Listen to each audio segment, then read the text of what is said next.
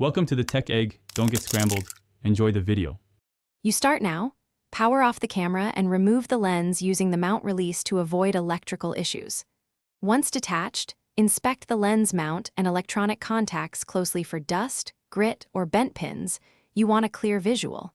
Use a blower first, then gently wipe contacts with a microfiber and a tiny swab dampened with 90% plus isopropyl. Avoid excess liquid. Make sure the aperture blades move freely by gently operating the aperture if accessible, and set both bodies aside safely. Once the contacts are dry, reattach the lens carefully and power the camera on to test. You're checking whether the error persists or changes. If the error remains, remove and clean again, paying attention to tiny nicks or corrosion that could interrupt communication.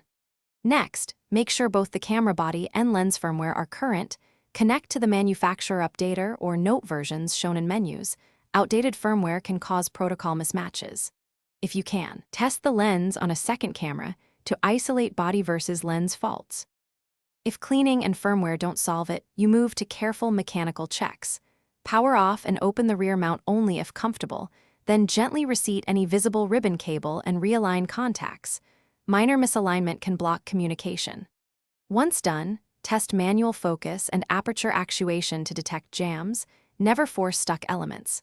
If the error continues, document exact messages, behavior, and tests you ran. Then contact authorized service with that information. One key tip: avoid DIY soldering.